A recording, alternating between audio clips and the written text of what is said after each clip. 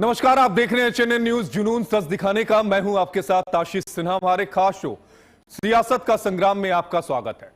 पश्चिम बंगाल की राजनीति आज फिर एक बार एक अहम मोड़ पर इस समय जा पहुंची है, या यूं कहें कि आज पश्चिम बंगाल की जो जनता है वो बहुत कुछ तय करने जा रही है। वो तय ये करने जा रही है कि आखिर सिरताज किसके सिर पर सजेगा। दोपहर 1 बजे तक 61% से ज्यादा वोटिंग जो है वो इस समय पश्चिम बंगाल में हुई है। लेकिन आज की तारीख में यानी दूसरे चरण में यह हाई प्रोफाइल मुकाबला है, क्योंकि यह टीएमसी का गढ़ है। 142 सीटों पर जो मतदाता हैं वो मतदान कर रहे हैं, और यह देखना बेहद दिलचस्प होने वाला है कि आखिर इस पूरे मतदान की प्रक्रिया में कौन बाजी मारता है, कौन जो होगा वो सत्ता के केंद्र में धुरी पर नजर आएगा। सुबह 5:30 बजे से ही मतदान केंद्रों पर एक लंबी कतार जो थी वो लोगों की दिखी। वो तस्वीरें भी आपके सामने हैं, इन तस्वीरों को भी जहन में आप डाल लीजिए, क्योंकि पश्चिम बंगाल इतिहास रच रहा है। पहले चरण की बात करें तो पहले चरण में 92% के करीब मतदान हुआ था, और दोपहर 1 बजे तक का 61% का मतदान ये बताता है, ये समझाता है और ये दिखाता है कि आंकड़ा 90% को क्रॉस करेगा।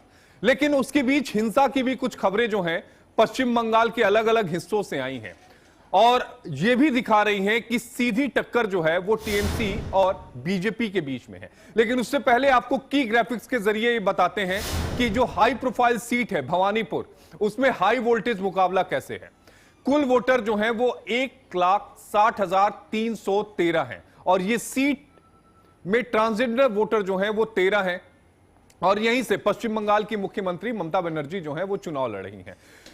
पुरुष जो है उनकी तादाद 54% है, यानी 86,500 की तादाद में जो है वो पुरुष मतदाता है। महिला अगर वोटर्स की बात की जाए वो भी आपकी स्क्रीन पर आ रहा है, तकरीबन 73,800 यानी 46% जो है वो महिला वोटर्स हैं। मौजूदा विधायक खुद पश्चिम बंगाल की मुख्यमंत्री ममता बनर्जी हैं। और भवानीपुर की अगर प्रोफाइल की बात करें तो मल्टी कल्चरल हब है, यानी गुजराती भी हैं, मराठी भी हैं, पंजाबी भी हैं, बिहारी भी हैं, और बंगाली समुदाय का ये पूरा जो संगम है वो देखने को मिल रहा है।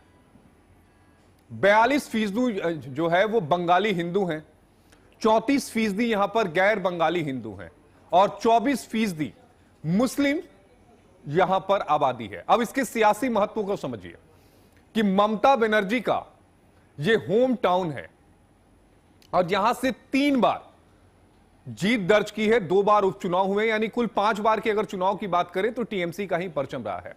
यहां पर शुवेंदु अधिकारी वर्सेस ममता बनर्जी की सीधी टक्कर है, और इसे ईगो फाइट कह सकते हैं। 2021 में नंदीग्राम में शुवेंदु ने ममता बनर्जी को हराया था, हालांकि 1938 वोटों से हराया था। हाई प्रोफाइल इलाका है, साउथ कोलकाता के पॉश एरिया का इलाका है। एलिगन रोड, वुडबर्न पार्क जैसे जो प्रीमियम लोकेशन है वो इसमें शामिल है। भवानीपुर की जो सीट है वो किस तरीके से हाई प्रोफाइल है, समीकरण हमने आपको बताया, लेकिन ये सीट इतनी महत्व को क्यों रख रही है इसको भी समझना होगा आपको। दरअसल इस सीट में सीधी सीधी जो टक्कर है वो शुवेंदु अधिकारी और ममता बनर्जी के बीच में है। अधिकारी अपने गढ़ में यानी नंदीग्राम में तो ममता बनर्जी को हरा चुके हैं। अब वो दावा ये कह रहे हैं कि मैं भवानीपुर, यहां पर यानी जो ममता बनर्जी का घर भी है, गढ़ भी है, वहां हराएंगे। बहरहाल एक बार अपने मेहमानों से आपको तारुफ करा दूं। हमारे साथ अनिल गोयल जी हैं, नेता है भारतीय जनता पार्टी के। हमारे साथ सुमित मेहहोत्रा जी हैं, प्रवक्ता हैं टीएमसी के, और हमारे साथ तपन भारती जी हैं, वरिष्ठ पत्रकार है। तपन दास, सबसे पहले मैं आपके पास आऊंगा। तपन दास, जरा आप ये समझाइए कि 142 जो सीटें हैं 2021 के आंकड़े को देखें तो 123 सीटें ऐसी थी जिस पर टीएमसी ने कब्जा किया, 18 सीटों पर बीजेपी ने कब्जा किया, 1 सीट किसी अन्य ने जीती थी। लेकिन इस बार अगर 142 में से बीजेपी 50 सीटों पर कब्जा कर लेती है तो क्या पश्चिम बंगाल का समीकरण जो है वो बदल जाएगा क्या? क्योंकि पहले चुनाव चरण में बीजेपी को एज मिल रही थी, क्योंकि हालांकि वो पूरी कॉन्स्टिट्यूएंसी जो थी यानी विधानसभा क्षेत्र थे उनमें बीजेपी का दबदबा था ज्यादातर में।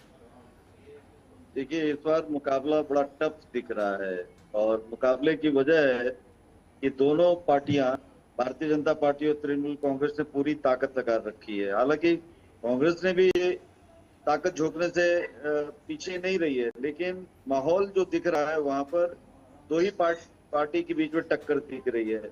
उनमें फेज 2 के इलेक्शन में जिस तरह की भाषा भारतीय जनता पार्टी के नेताओं के द्वारा आने लगा, उससे ऐसा लगा कि उनको उनका कॉन्फिडेंस बढ़ रहा है। तमिलनाडु के बारे में बिल्कुल एक पंक्ति नहीं सुनाई पड़ती थी कि हम तमिलनाडु में बेहतर कर रहे हैं, क्या कर रहे हैं। असम के बारे में उतनी बातें नहीं आई। असम में हालांकि उनकी सत्ता है, और लेकिन बंगाल को लेकर ओवर कॉन्फिडेंस दिखाई पड़ रहा था। अब यहाँ पर सबसे बड़ी बात है कि जो वोटर का जो परसेंटेज है वो बहुत तेज गति से बढ़ रहा है। संभव है कि 90-95% के आसपास आज की वोटिंग जाएगी। इस पोलिंग से बहुत फर्क पड़ेगा, और इसमें 96 लाख लोगों के नाम जो कट गए थे, उनमें से 1468 नाम वापस जोड़े गए। बहुत कम संख्या है, हालांकि उसके लिस्ट बनाए गए थे, बहुत सारी मशक्कत की गई थी सुप्रीम कोर्ट के निर्देश पर चुनाव आयोग के द्वारा। तो ये ममता बनर्जी की पार्टी और अन्य दलों की शिकायत थी कि सर के आने के कारण पश्चिम बंगाल में जो उफान मचा हुआ है, उसके नतीजे में बीजेपी खिलाफ ये मतदान होगा। तो क्या ये बीजेपी के खिलाफ है या बीजेपी के पक्ष में है? क्योंकि मुझे लगता है कि सत्ता पक्ष और विपक्ष दोनों तरफ के समर्थकों की भीड़ उमड़ी है मतदान केंद्रों पर। लेकिन तपंदा इसी बीच से सवाल ये उठ रहा है, ये सवाल जो है वो देश जानना और समझना चाहता होगा कि अगर जब जब वोटिंग ज्यादा हुई है, पश्चिम बंगाल की बात करें, तपंदा आपको आवाज आ रही है? हाँ बिल्कुल आ रही है। तपंदा, अगर हम पश्चिम बंगाल के इतिहास को अगर हम पूरी तरीके से खंगालते हैं तो 1979 का वो दौर था जब पश्चिम बंगाल में सबसे ज्यादा वोटिंग हुई थी, तकरीबन 53% के करीब वोटिंग हुई थी, और उस समय सत्ता में कांग्रेस थी। कांग्रेस को हटाकर वहां पर लेफ्ट पार्टी आती है। फिर दौर आता है 2011 का, जब वोटिंग होती है तकरीबन 84%, और उसमें लेफ्ट को हटाकर टीएमसी आती है। और इस बार 2026 में जो है वो तकरीबन 92% क्रॉस कर रही है। तो क्या माना जाए का परिवर्तन हो रहा है क्या? ये एक तरह से अनुमान आपका सही लग रहा है। जो पुराने जो चुनाव का जो संदर्भ दिया, ऐसा देखा गया है कि सत्ता विरोधी जब लहर चलती है तो जनता घर घर निकलकर वोट देने के लिए आती है। यदि सरकार नहीं बदली तो हमारा जीना मरना बड़ा मुश्किल हो जाएगा। आज भवानीपुर में जो तनाव देखा गया, दोनों तरफ के समर्थकों में आपस में भिड़ गए। वहां ममता बनर्जी और उनके खिलाफ शुभेंदु अधिकारी खड़े हैं। तो आप देखिए कि ये दृश्य अन्य सीटों पर भी नजर आ रही थी। इसका मतलब है कि दोनों पार्टियों के समर्थक और वोटरों की संख्या अच्छी खासी है, और ममता बनर्जी को इस बात का इल्म था, एहसास था कि बीजेपी ने अपने वोट परसेंटेज बढ़ाए हैं, उनकी ग्रीप बढ़ी है। और एक वोटिंग परसेंटेज का एक कारण और मुझे लग रहा है कि जिन राज्यों में वोटिंग पर शिक्षा का दर अच्छा होता है, लिटरेसी का दर अच्छा होता है, वहां पर वोटिंग परसेंटेज ज्यादा अच्छा निकलता है। वो मणिपुर राज्य हो, असम हो, या केरल राज्य हो, या बंगाल का हो, लिटरेसी का भी असर मैंने देखा है। और दूसरी बात है कि चुनाव, अच्छा एक बात और है कि दिल्ली, मुंबई, दक्षिण भारत, तमाम राज्यों से मैंने सुना कि बहुत बड़ी संख्या में बंगाल के वोटर वापस अपने गांव गए, उन्होंने वोट डाले। बहुत जगह, मैं तो दिल्ली के इलाके में रहता हूं, और हमारे इलाके में बंगाल गए हुए लोगों के कारण डोमेस्टिक हेल्पर की कमी हो गई है। मैंने ये भी पूछा कि क्या ममता बनर्जी या बीजेपी की पार्टी ने आप लोगों को रेल टिकट मुहैया कराया, तो उन्होंने कहा नहीं, बिल्कुल नहीं कराया। हमें इस बात का डर है, यदि हमने वोट नहीं डाला तो चुनाव आयोग हमारा कहीं नाम नहीं काट दे, इसके कारण हमारी सिटीजनशिप खतरे में नहीं आ जाए। इस बार दहशत था कि हमारी सिटीजनशिप चली न जाए वोटर लिस्ट में नाम कटने से, और उन्होंने सोचा कि वोट नहीं देने के कारण शायद चुनाव आयोग अगली लिस्ट से हमारा नाम हटा देगा। ये भी एक कारण है। ये आप जो कह रहे हैं ये एक बड़ी वजह है। अनिल गोयल जी, मैं आपके पास आना चाहूंगा। एसआईआर के मुद्दे पर टीएमसी जो है वो लोगों के घरों तक पहुंच चुकी है, इस बात से इनकार नहीं किया जा सकता। एक माहौल टीएमसी की तरफ से यह खड़ा किया गया कि अगर आपका नाम कटा तो आपकी नागरिकता चली जाएगी। तो एसआईआर का डर जो था वो लोगों के भीतर भरा गया टीएमसी के द्वारा। आशीष जी, टीएमसी को तो येन केन प्रकरण जनता को गुमराह करना है और गुमराह करके जीतना है, जो उसकी पॉलिसी है। आज हम कहें पूरे हिंदुस्तान में हर स्टेट में चुनाव होते हैं, लेकिन रक्त रंजित चुनाव होता है वो बंगाल के अंदर। पहले चरण में जिस तरीके से मतलब काफी शांतिपूर्वक चुनाव संपन्न हुआ, तो इससे और बौखलाहट इतना हो गया। आप ये देखेंगे कि इस बार जो है जगह जगह पर ये दंगे कर रहे हैं, विरोध कर रहे हैं, झगड़े कर रहे हैं, लाठीचार्ज होना पड़ा। आप ये देखेंगे कि नदिया से हावड़ा बवाल ही बवाल है। हाँ, मतलब ही बवाल है, कहीं भी शांति नहीं है। आप एक बार देखिए, टीएमसी और आईएसएफ में झगड़ा, टीएमसी बीजेपी में झगड़ा, टीएमसी कांग्रेस में झगड़ा, टीएमसी गुंडागर्दी के बल पर हर सूरत में चुनाव जीतना चाहती है, लेकिन बंगाल की जनता मतों का प्रयोग करते हुए हर सूरत में दीदी से छुटकारा चाहती है। तो हमारे आकलन के अनुसार जनता उस सब परिस्थिति के बाद भी जबरदस्त वोट पोलिंग कर रही है।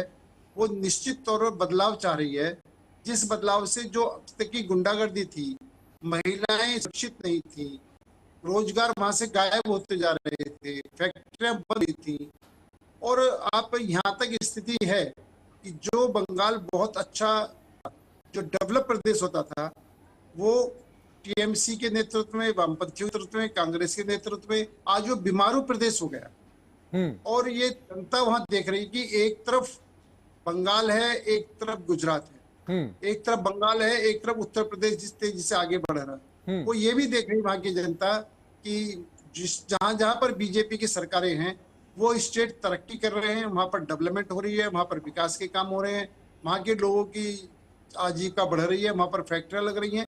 तो जनता जो है सबसे पहले अपना हित देखती है।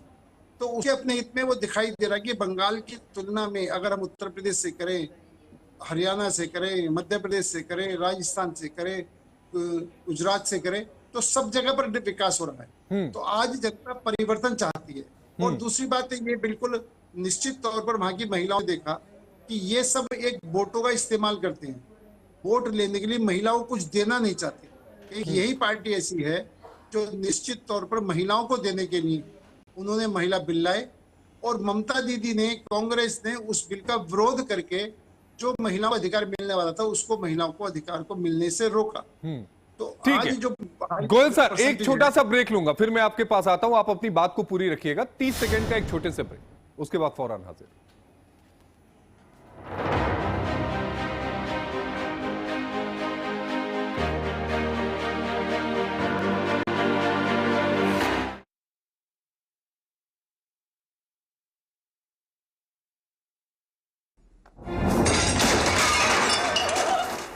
फर्श की टाइल्स को चेंज करो, बड़ी स्लिपरी हैं। थर्मोकूल वॉशिंग मशीन। थर्मोकूल, इंडिया का नया अंदाज। गोल्डी छोले मसाले, जहाँ जाएं रिश्ते बनाएं। गोल्डी लाए हैं फ्रेश लॉक टेक्नोलॉजी, जो रखे मसालों को हर समय फ्रेश। आइसक्रीम खाओगी? जंगल में आइसक्रीम मिलती है। समर कूल रेफ्रिजरेटर, आप अपनी ड्यूटी निभाओ, ये अपनी ड्यूटी निभाएगा। समर कूल, लाइफ बनाए वंडरफुल।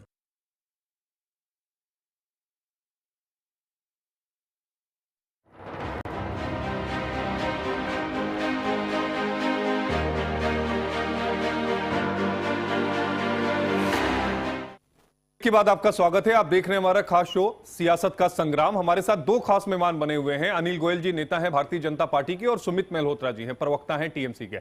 अनिल जी, आप अपनी बात पूरी करिए। मैं कह रहा था कि जिस तरीके से इन्होंने ईवीएम की मशीनों पर टेप लगा करके बूथ को कैप्चर करने की कोशिश करी है, बूथ पर वोटिंग ना हो, जो इसी हार का डर दिखाई दे रहा टीएमसी को कि वो ईवीएम की मशीन पर टेप लगा रहे हैं कि बीजेपी के वोट ना पहुंच पाए। तो ये उनकी हार का बौखलाहट दिखाई दे रही है। चुनाव आयोग ने जहां जहां पर टेप का मामला है, वहां पर सबको रीपोलिंग के आदेश उन्होंने दे दिए। और अभी नदिया में देखो कि बीजेपी के एक एजेंट पर अटैक हो रहा है। यानी ये निश्चित तौर पर जो गुंडागर्दी से है और उस गुंडागर्दी से जनता छुटकारा चाहती है और बहुत जल्दी छुटकारा चाहती है, तो आज जनता निश्चित तौर पर फैसला करेगी कि आज बंगाल के अंदर विकसित बंगाल चाहिए या पिछड़ा हुआ बंगाल चाहिए, माफियावाद चाहिए या विकासवाद चाहिए। जी से एक सवाल ले लेता हूं इसी से जुड़ा हुआ। ठीक है, मैं आता हूं। तपन आप ये बताइए कि ये जो हमले हो रहे हैं या फिर जिस तरह के आरोप लगे, कुछ वीडियो सामने आए जिसमें ये दिखा गया कि ईवीएम के एक बटन पर टेप लगा दिया गया, क्या ये हार की झुंझुलाहट है? क्या ये लग तो नहीं रहा है टीएमसी को कि अपने ही गढ़ के किले को वो बचा पाने में सफल नहीं होंगे क्या? ये बात सही है कि जहां हार की आशंका होती है, भय होता है, वहां इस तरह की कुछ विधि हरकतें राजनीतिक पार्टियां करती हैं, अपना विक्षोभ अपना प्रकट करती हैं। लेकिन कहना मुश्किल है। दो बातें यहाँ मुझे दिखाई पड़ी। ममता बनर्जी स्ट्रांगली फाइट कर रही है, इसमें कोई दो राय नहीं है।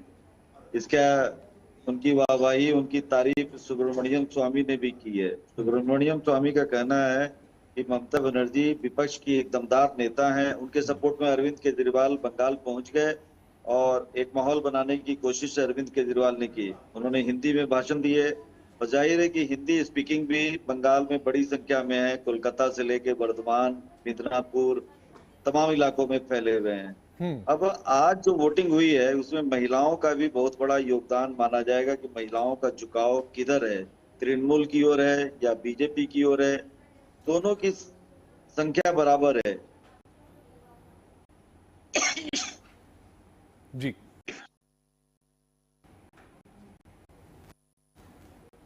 पुरुष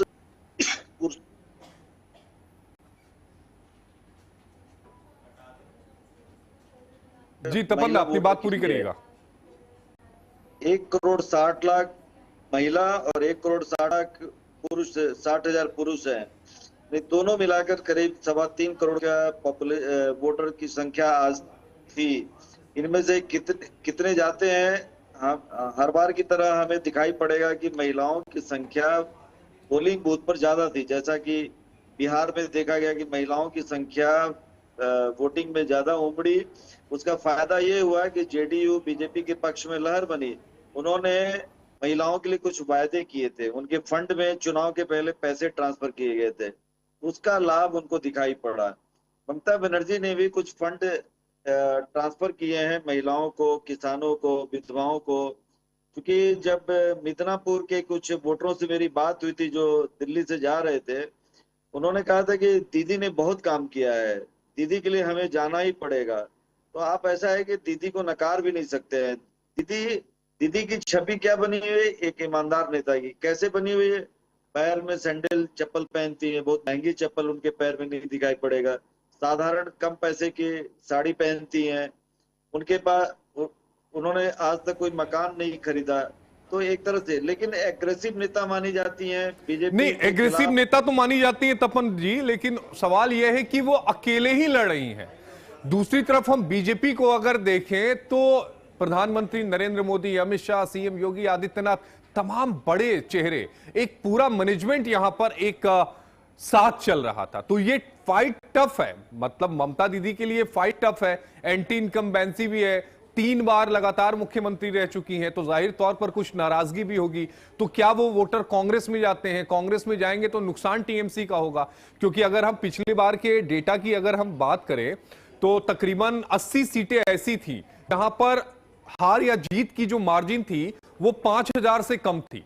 80 सीटें ऐसी थी और 1,000 से कम मार्जिन वाली हार या जीत की सीटें 1,000 से कम की अगर मैं बात करूं तो 20 सीटें थी, और 10,000 की अगर मैं बात करूं तो 100 सीटें ऐसी। यानी कुल मिलाकर 180 सीटें ऐसी थी जहां पर हार या जीत का जो मार्जिन था वो तक 10,000 से कम था या 10,000 था। ये आपने जो आंकड़ा बताया ना, ये बीजेपी इस तरह के सर्वे करा लेती है। उनको मालूम रहता है कि इस तरह के डिफरेंस होते हैं। हरियाणा में उनको कांग्रेस के बारे में पता था कि कांग्रेस की कई जगह पर लहर है उनकी पकड़ अच्छी है। जहां जहां उनको मार्जिन की कमी थी उन्होंने अपने टैक्टिक्स अपनाया, उनकी वोट परसेंटेज बढ़े। तो हरियाणा में जो उनकी जीत के बाहर था उन्होंने कामयाबी हासिल की। बंगाल में भी इन्होंने पूरी कोशिश की है और इसमें आरएसएस ने भी इनकी मदद की है। बहुत सारे मैं समझता हूं कि पिछले 1 साल से भारतीय जनता पार्टी और आज का प्रयास बंगाल में चल रहा था, घर घर सर्वे करना, लोगों को लगा और मतदाताओं की सूची में उनका नाम होना। वैसा ही काम तृणमूल कांग्रेस कर रही थी। ठीक है, एसआईआर में नाम कहते हैं कि एसआईआर में दोनों तरफ के नाम कटे हैं। तो ये जब रिजल्ट आएगा, 4 तारीख को रिजल्ट आएगा तो समझ में आ जाएगा कि बीजेपी मकसद में किस हद तक कामयाब हुई, क्योंकि बीजेपी ने अपनी पूरी ताकत झोंक रखी थी। मैन पावर की ताकत हो या पैसे की ताकत हो या माहौल बनाने की ताकत है। सोशल मीडिया पर भी हम देख रहे हैं कि तृणमूल कांग्रेस और बीजेपी ही सबसे ज्यादा नंबर उभर के दिख रही है और मीडिया भी इशारा कर रहा है कि टक्कर इन्हीं 2 पार्टियों के बीच में है। और 180 सीटों का जो आपने बताया, जिनमें से कितनी सीटों पर भारतीय जनता पार्टी इंप्रूव करती है या तृणमूल कांग्रेस के वोट बैंक बढ़ते हैं, ये ठीक है। एक रिएक्शन टीएमसी के प्रवक्ता का भी ले लेता हूं। सुमित दा हमारे साथ जुड़ गए हैं। सुमित दा, एक रिएक्शन आपका, चूंकि आप बहुत लेट से जुड़े, समय भी कम है।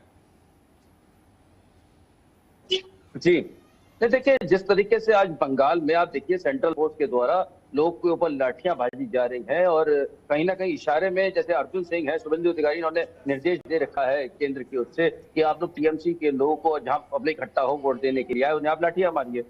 ये देखा गया है, देखा जा रहा है, आरोप है, बिल्कुल नहीं। आरोप तो ये भी है कि ईवीएम के बटन पर टेप लगा दिया जा रहा है। आरोप तो ये भी है कि बीजेपी नेताओं पर हमला हो रहा है। आरोप तो ये भी है कि शुभेंदु अधिकारी को घेर लिया गया भवानीपुर में। आरोप तो बहुत सारे हैं, अगर आरोप की फेहरिस्त करिएगा तो मैं भी गिनवा देता हूँ।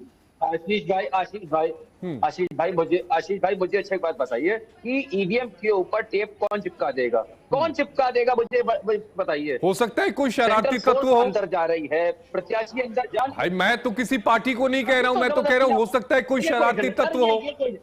अरे टेप चिपकाना, अरे एक बात बताइए, टेप चिपकाना कोई वो नहीं है। टेप तो कोई भी शरारती तत्व कर सकता है, भारतीय जनता पार्टी करा सकती है, इसमें माहिर है, क्योंकि अपने आपको प्रचार दिखाने के लिए कि ईवीएम इन लोगों ने करती भाई, जबकि ईवीएम सब कुछ, चुनाव आयोग तुम्हारा ही है, सब कुछ तुम्हारा है, अब तुम बदनाम करने पे लगे हो, क्योंकि इन लोगों को हाइट चाहिए। हम लोग बदनाम कर दे किसी तरीके से, चुनाव व्यवस्था फैल जाए कि टीएमसी ये काम कर रही है, गुंडागर्दी कर रही है और हम लोग चुनाव जीत जाए। भारतीय जनता पार्टी बुरी तरीके से बंगाल का चुनाव हार रही है। अच्छा ठीक है, जनता पार्टी, लिख लीजिए आप मेरी बात को, आज का चुनाव नहीं तो 4 तारीख को तो हम जुड़ेंगे यहाँ साथ में। भारतीय जनता पार्टी चुनाव हार रही है, 4 तारीख को हम जुड़ेंगे। ठीक है, अनिल गोयल जी, एक कमेंट आपका। मेरा तो बड़ा स्पष्ट कहना है कि यहाँ पर आप ये देखो 6 जिंदा बम मिले हैं। आप लोकतंत्र को जिंदा रखना चाहते हो या गुंडागर्दी को जिंदा रखना चाहते हो? सुरक्षा बलों पर लगातार हमले हो रहे हैं और अब तो कांग्रेस के नेता भी कहने लगे हैं कि बंगाल में जनता परिवर्तन चाहती है, जनता टीएमसी से छुटकारा चाहती है। ठीक है, समय की कमी है, माफी चाहूंगा आप लोगों से। हमारे साथ 3 खास मेहमान थे जिन्होंने अपनी बातों को रखा सियासत का संग्राम में। अभी के लिए इतना ही। आप देखते रहिए एशियन न्यूज, जुनून सच दिखाने का।